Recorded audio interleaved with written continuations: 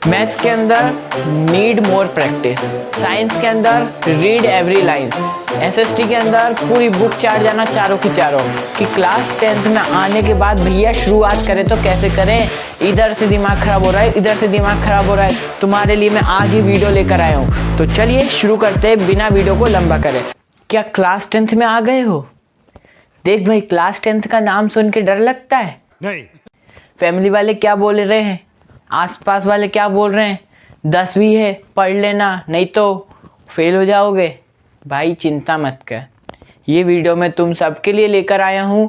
तो क्या नाचो मैं? और जितने भी मेरे छोटे भाई बहन हैं जो अब 10th में आएंगे उनके लिए लाया हूँ।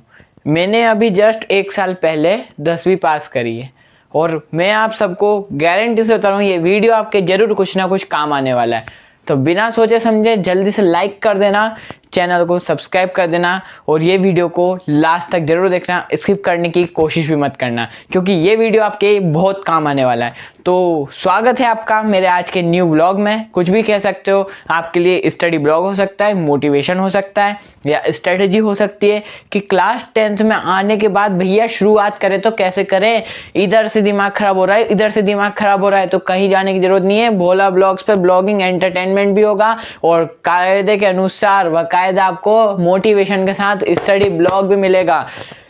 मैं वादा कर रहा हूँ आज यहाँ कि क्लास 10th के बच्चों को आखिरी मोमेंट तक साथ दूंगा। मैं भली अभी 11th में आया हूँ पर 10th में जो मैंने गलती करी वो तुम ना करो, इसके लिए तुम्हारे लिए मैं आज ही वीडियो लेकर आया हूँ। तो चलिए शुरू करते हैं बिना वीडियो को लंबा करें। तो गाइस देखो, सिंपल सी बात ये है कि सबसे पहला मेन एजेंडा ये होना चाहिए कि इंसान का, व्यक्ति का, स्टूडेंट का माइंड सेट होना चाहिए किसी भी चीज़ को लेके। अगर आपका माइंड सेट है तो आप किसी भी गोल, चाहे वो ये क्लास 10 तो बहुत छोटी एग्जाम है, चाहे वो यूपीएससी का एग्जाम हो, चाहे केट का एग्जाम हो, क्वेट का हो, कोई सा भी एग्जाम हो, दुनिया का कोई सा टफेस्ट एग्जाम हो, आप उसको आसानी से क्लियर कर सकते हो। सिंपल सी बात है, आपका माइंड सेट होना चाहिए कि आपको कैसे करना है। सेकंड स्ट्रेटेजी आती है अपनी सिलेबस। आप किसी भी चीज़ की तैयारी कर रहे हो और अगर आपको उसका वाह क्या एक्टिंग कर रहा है। बेस यानी कि अगर बोल सके सिलेबस यानी कि उसके अंदर आने वाला क्या है वो ही नहीं पता रहेगा आपको, तो आप कुछ नहीं कर सकते हो। सिलेबस समझना हर व्यक्ति के लिए, हर एक स्टूडेंट के लिए, हर एक वो इंसान के लिए जरूरी है जो कि कंपटीशन बेस्ड एग्जाम फेस करता है। सिंपल सी बात है, सिलेबस इज मैटर। अगर आपका सिलेबस क्लियर है कि क्या आ रहा है क्या नहीं आ रहा है तो आपका वहाँ पे 25% का डाउट वहीं क्लियर हो जाता है। और नेक्स्ट स्टेप आता है अपना टाइम टेबल बनाना। ये नहीं बोल रहा हूँ टाइम टेबल बनाना कि सुबह 8 बजे उठूंगा, 6 बजे उठूंगा, 7 बजे उठूंगा, ये करूंगा वो करूंगा। ये कोई टाइम टेबल नहीं होता मेरे भाई। टाइम टेबल वो होता है जिसके अंदर अपन प्रॉमिस करें और उसको अपन पूरा कर सके। क्या बोला तूने? खुद से डेडलाइन बनाओ, उठाओ एक डायरी, मेरी ये डायरी है, ऐसी मैंने 2 डायरी बना रखी है। क्लास 10th में करा सब कुछ करा और अभी मैं एक्सपेक्ट कर सकता हूँ मेरा रिजल्ट आया नहीं, उसका ब्लॉग भी बहुत जल्दी आएगा तो उसकी जानकारी भी मिलेगी आपको। पर मैंने सोचा कि मेरा रिजल्ट बाद में आया, उसके पहले जो मैंने गलतियाँ करी थी वो गलती तुम ना करो, इसलिए बना रहा हूँ। तो टाइम टेबल मैंने बनाए थे, बहुत फेंकने में गए कि मैं सुबह उठूंगा, ये करूंगा वो करूंगा। डेडलाइन बनाना मैंने सितंबर से चालू करा था तो मेरी आंख तब खुली थी, पर मैं तुम्हारी आंख अभी खोल रहा हूँ तो ध्यान से सुन लेना, नोट कर लेना, डायरी और पेन लेके बैठना अपने साथ में। तो तुमको क्या करना है, टाइम टेबल ऐसा बनाना है डेडलाइन के जैसा। जैसे कि मान लो तुमको एम बनाना है कि आज मेरे को ये पूरा करना है, उसके बाद ही मैं सोऊंगा, खाऊंगा, पीऊंगा, जो करना है, जो भी आपको सबसे ज़्यादा नेसेसिटी लगता हो पूरे दिन भर में, जिसके लिए आप, जिसके बिना रह ही नहीं सकते, वो चीज़ को आपको एजेंडा बनाने कि मैं ये करूंगा। जैसे कि आप मान लो आजकल तो सब मोबाइल के पीछे ही बैठे रहते हैं, तो मोबाइल बोलना कि मैं मोबाइल चलाऊंगा तब जब मेरा ये एजेंडा पूरा हो जाएगा। अगर आपने ऐसा करना चालू कर दिया तो अभी अप्रैल है, अभी 15 अप्रैल से वादा करो कि आने वाले 15 जनवरी तक तुम्हारे सारे दोस्त यहाँ होंगे और तुम रहोगे उस लेवल पे भाई तुम सोच भी नहीं सकते हो, फोड़ दोगे तुम 10th का एग्जाम। ये बोल रहा हूँ मैं बोल रहा हूँ ये कि तुम फोड़ के आओगे हर एग्जाम को। तो ये बात है कि टाइम टेबल बनाना बहुत ज़रूरी है। और नेक्स्ट स्टेप पे आते हैं, तो नेक्स्ट आता है कि भैया कौन सी बुक प्रायोरिटी देना है। भैया तो क्या ही बोलोगे, दोस्त तो तुम्हारा, और जो बोलना चाहो दिल से बोल सकते हो। तो सबसे पहली प्रायोरिटी दूंगा कि एक्स्ट्रा बुक्स को मत देना। सबसे पहली प्रायोरिटी है सरकारी बुक, अपनी प्यारी सबकी प्यारी एनसीईआरटी। एनसीईआरटी बोले अरे यार भैया ये तो रद्दी सी बुक है। भैया हल्के में नहीं लेना, किसी भी चीज़ को हल्के में नहीं लेना। सिंपल सी बात बोल रहा हूँ कि किसी भी चीज़ को हल्के में लिया तो तुम्हारा घाटा कर लोगे। हाँ, एनसीईआरटी को मोस्ट प्रायोरिटी देना, लाइन बाय लाइन पढ़ना। क्या बात है सर, क्या बात है सर, क्या बात, ये बात है। मैथ्स के अंदर नीड मोर प्रैक्टिस, साइंस के अंदर रीड एवरी लाइन्स, एसएसटी के अंदर पूरी बुक चाट जाना चारों की चारों।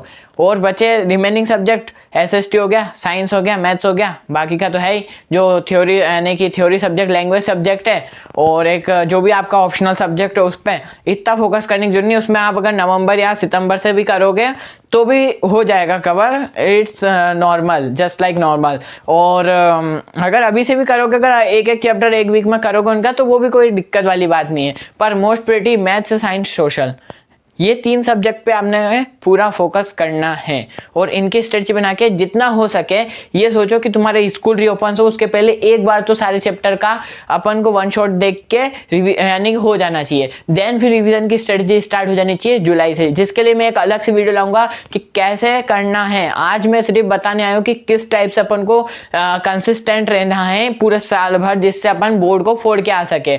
तो गाइस अपना मैंने आपको बता दिया NCERT is most priority. Then उसके बाद में आप उठा सकते हो आरएस अग्रवाल, आरडी शर्मा जो, और फिर उसके बाद में जो भी अदर चीज रहती है वो सब मैं आपके साथ जो मैं स्ट्रेटेजिक वीडियो लाऊंगा उसमें डिस्कस करूंगा। तो अपना नेक्स्ट टॉपिक आता है प्रैक्टिस मेक्स परफेक्ट।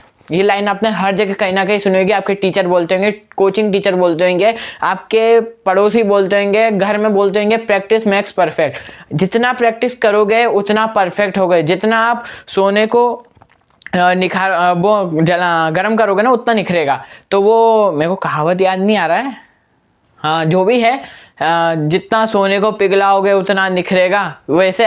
और अपन को लोहे की तरह काम नहीं करना, सोने की तरह काम करना है। तो उस हिसाब से मैं बता रहा हूँ जितना आप प्रैक्टिस करोगे, जितना आप अपना वो डालोगे फोकस चीज़ों पे, उतना आपके सामने से विपदाएं हटेंगी, आपको पढ़ाई उतनी सिंपल लगेंगी। मोस्ट अपने इंडिया के अंदर बच्चों की क्या दिक्कत है, वो गिव अप कर देते हैं। सबसे बड़ी दिक्कत ये है कि गिव अप करना नहीं है।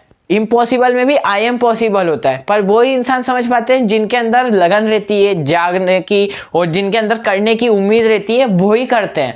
तो उनमें से तुम एक हो जो कि कर सकते हो। और तुम ये मत सोचना है कि मैं कुछ नहीं कर सकता हूँ। आज तुम अगर फेलियर हो क्लास के तो तुम टॉपर भी बन सकते हो, और टॉपर बन के भी कुछ, अगर तुम टॉपर भी और अगर तुम्हारा ओवर कॉन्फिडेंस है तो तुम नीचे भी गिर सकते हो। ये मत सोचना, नेवर जज any people by its cover. Ad तो देखा ही होगा, मेरे को इतना नहीं पता जो भी है, मैं 11th में ही हूँ। बाकी तुम्हारा एक पीछे से हौसला बढ़ाने के लिए मैं नया नया यूट्यूब पे आया हूँ। तो गाइस सिंपल सी बात है, सबसे पहले माइंडसेट होना चाहिए, देन सिलेबस क्लियर होना चाहिए, एक परफेक्ट टाइम टेबल होना चाहिए, और उसके बाद एनसीईआरटी को प्रायोरिटी होनी चाहिए। और भैया फिर आखिरी में बात आती है किसकी, हेल्थ की। ये नहीं है कि पढ़ाई करोगे तो पढ़ाई से सब हो जाएगा, स्वस्थ रहोगे, मस्त रहोगे, तंदुरुस्त रहोगे। डाइट पूरी प्रॉपर लेनी है, रेस्ट लेना है, मिनिमम 7 आवर्स की नींद तो लेना है। बच्चे क्या करते हैं 3-3 घंटे पढ़ते, जो कि बच्चे क्या करेंगे, मैंने करा था भैया। मैं सितंबर तक यानी कि रात को 1 बजे तक पढ़ा और फिर सुबह 4 बजे उठ गया। 1 बजे तक पढ़ा, सुबह 4 बजे उठ गया, मेरी पूरी हवा टाइट हो गई थी भैया।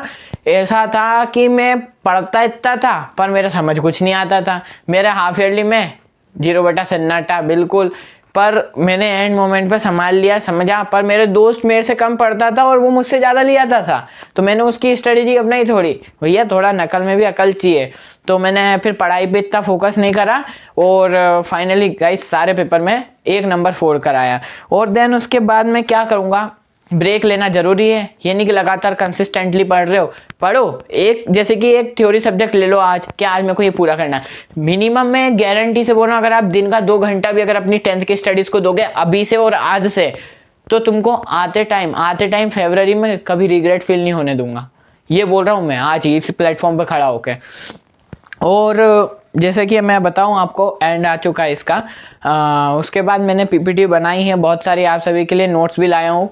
तो यही कहना था आज का मेरा वीडियो का मेन मोटिव यही था कि डरना कुछ नहीं है, डर के आगे जीत है। माउंटेन ड्यू पीना और अपनी कामयाबी की ओर बढ़ना। तो यही था कुछ छोटा मोटा वीडियो। अगर अच्छा लगा तो लाइक कर देना, सब्सक्राइब कर देना। मिलते हैं नेक्स्ट ब्लॉग में। Thank you for watching. वंदे मातरम। जय हिंद।